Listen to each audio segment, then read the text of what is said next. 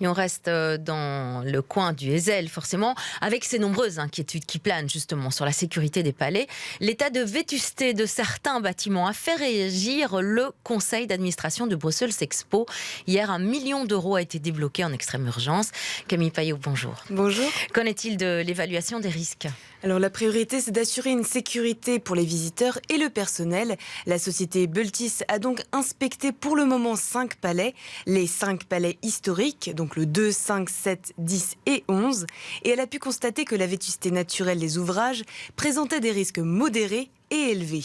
Un simple exemple, la semaine dernière, un bloc de béton bleu d'une demi-tonne s'est détaché d'une corniche du Palais 10. Un risque inacceptable pour la sécurité des visiteurs selon la société, mais il semble que ce ne soit pas un problème nouveau.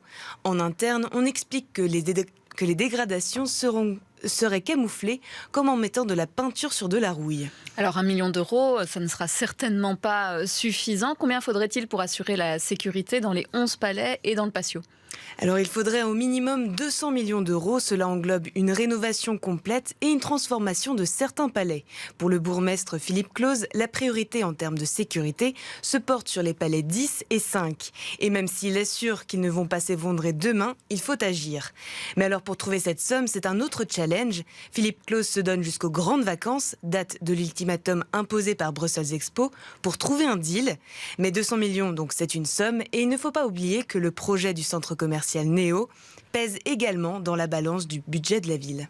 Merci beaucoup Camille Payot pour toutes ces précisions en direct.